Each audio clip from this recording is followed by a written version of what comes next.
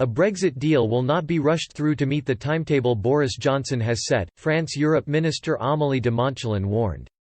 Brexit trade negotiations have been at a standstill for months, but earlier this week Boris Johnson pledged to speed up the talks to ensure an agreement is in place by December. The Prime Minister insisted the European Union and the UK negotiating teams must ramp up discussions over the summer to ensure a deal is implemented in time for Britain to conclude the transition period on time. But France's Europe Minister Amélie de Montchalin on Friday hit back at Mr Johnson, warning Brussels will not be squeezed by the UK timetable. Speaking to Europe 1, Ms de Montchalin said, "We will not give in to this kind of calendar pressure, to this final sprint that the British want to impose on us hoping we will give in. We don't want a deal for a deal. We want an agreement, but we want a balanced agreement, a good agreement, a protective agreement."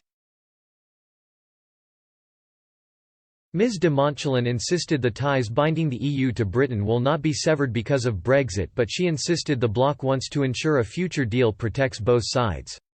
She also suggested the UK would require an agreement more than the rest of the bloc because of the devastating impact a second wave of the coronavirus could have on the country. She continued, "The links of friendship we have with the British are not reducible by Brexit. We have a common history, we have common engagement and we have common values. In all honesty, those who need a deal are the British. They won't be able to bear a second shock after COVID-19 and they don't have access to the European safety net, the European Fund." Asked whether she could take a no deal off the table, Ms de Montchalin insisted nothing is being excluded at the moment.